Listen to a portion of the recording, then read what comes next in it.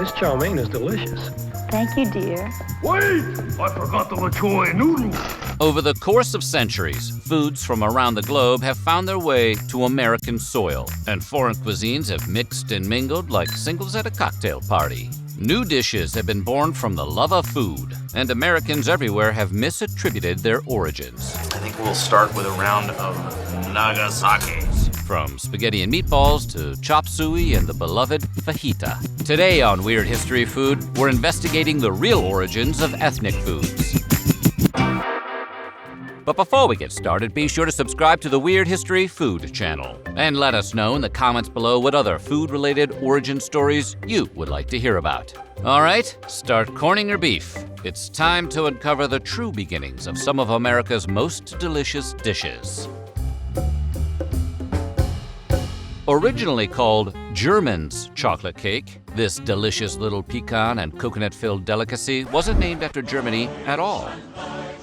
It was named after Sam German, a 19th century baker based out of Texas, which is not in Germany. Well, last time I checked anyway.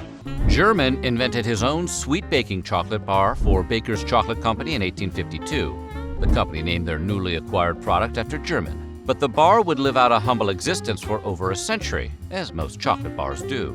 For instance, we could all be taking bites out of Dr. Goodbar, but he settled for the quiet life of a mere Mr. It wasn't until 1957, when a home baker sent her very own German's chocolate cake recipe to a Dallas newspaper, that the German's chocolate cake craze began. The home baker's recipe was published in newspapers across the nation. Somewhere in the frenzy, newspapers lost the apostrophe and the S, and began printing it as simply German chocolate cake. Ever since, unsuspecting Americans have been served up the Trojan horse of Texas cuisine. It just goes to show that you don't need to be European to be posh and elegant. Lone Star cooking can be classy as all get out. Spaghetti, meatballs, and marinara sauce are as Italian as Rocky Balboa. But before anyone ever thought to make the classic spaghetti and meatballs combo, turn-of-the-century Italian immigrants were hard at work growing their meatballs larger than anyone had ever seen before. Back in Italy, meatballs were traditionally smaller than golf balls. They were mashed together with whatever meats the cooks could get their hands on. Called polpettes, these predecessors to the modern meatball were popular for their versatility among Italy's lower classes. They were often made with turkey or fish or whatever other meats could be scraped up and served, and they were usually served as a standalone dish. But with meat being much more affordable in America, the small Italian polpette turned from a kitchen sink commodity to a baseball-sized beefy delicacy. A meatball you could really sink your teeth into, or hurl across home plate. At the same time, canned tomatoes were commonplace in American cuisine, and Italian immigrants were quick to make them a staple part of their diets too. Marinara soon became the paragon of Italian-American sauces, and spaghetti and meatballs, a distinctly American dish, was born. Oh yeah, and about spaghetti. It's thought that the Italians first imported noodles from Asia, possibly China, around the 13th century. While some believe they were brought to Italy by Marco Polo, which is dumb, that never happens in the Netflix series, others believe they got to Europe through nomadic Arab traders. Either way, the Italians took to the Asian noodle like John Wick to a new dog. And by adding durum wheat to the recipe, the Italians made the Asian noodle all their own. So began the love affair that would launch 350 varieties of pasta across the Mediterranean. Many of these varieties would eventually find themselves stateside, and one variety in particular would take America by storm: spaghetti. Spaghetti was just the thing Italian Americans needed to accommodate their new countrymen's insatiable desire for carbohydrates. They piled it onto plates, slapped some meatballs and marinara sauce on top, and another American legacy was born.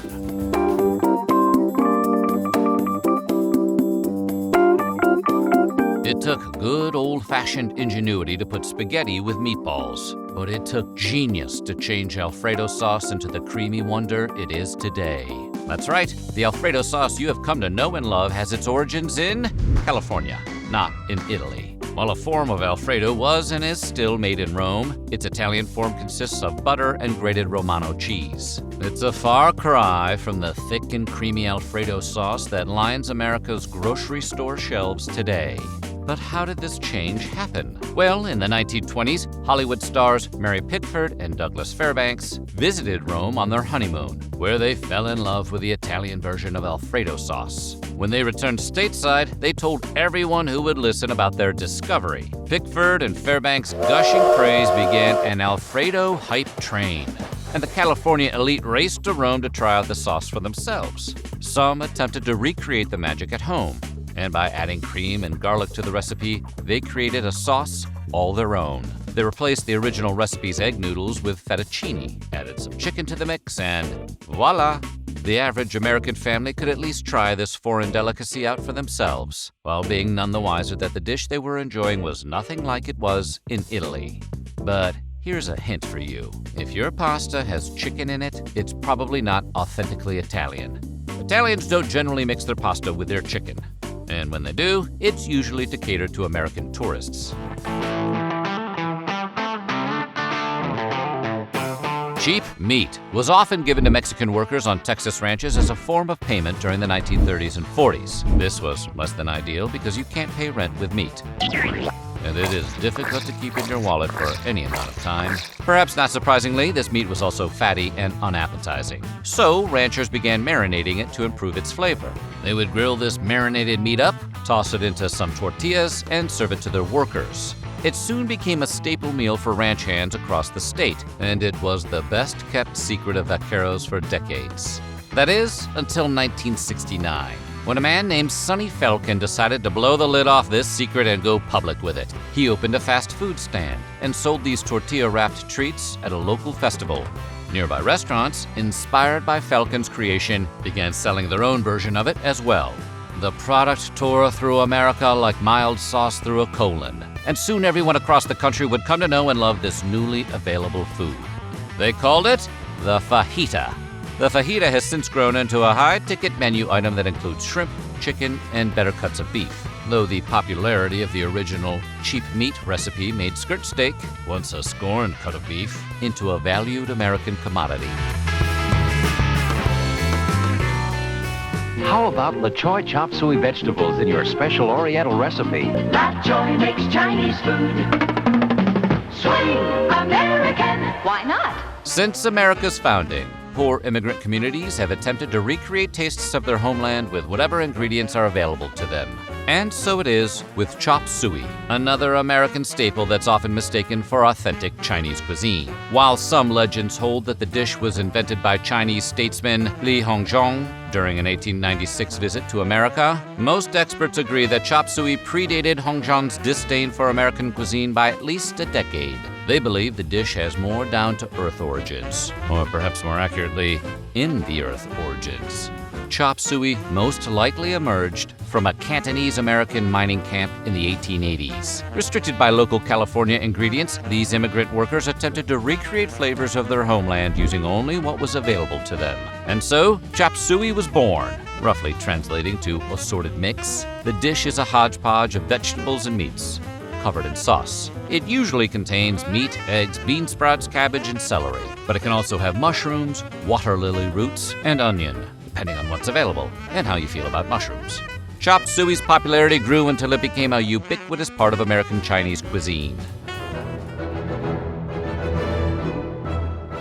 Every St. Patrick's Day, Americans celebrate Irish heritage by drinking U2's combined weight in Guinness and indulging in authentic Irish corned beef and cabbage. Only there's nothing authentically Irish about it. Before the British colonized Ireland, the Irish generally didn't eat beef. Many in Gaelic Ireland considered cows to be sacred animals, or at least too valuable to kill, and only relied on them for fieldwork and milk. When they did want meat, they ate pork instead. But when the British marched into Ireland with their beefy ways, they took control of Irish farmland and raised cattle there to export back to England. This in turn drove the price of beef down in England, and English farmers struggled under the competition. In order to protect domestic production, the 1663 and 1667 Cattle Acts were passed in England, banning the importation of cows from Ireland. The market was forced to adapt, and British entrepreneurs created the process of corning. This process entailed dry curing beef by using corn kernel-sized chunks of salt. The salt dried the meat out, making it last longer before it rotted. With this new method available to them, the British could process and cure beef within Ireland, and then export and sell the products elsewhere, without having to export whole cows. The Irish themselves couldn't afford this new beef product. They were stuck eating potatoes and cabbage, while the British and French reveled in their newfound delicacy of corny, salty beef. But as America emerged and people from around the globe began migrating across the Atlantic, Jewish Americans took the British corning process and perfected it into the process we still use today.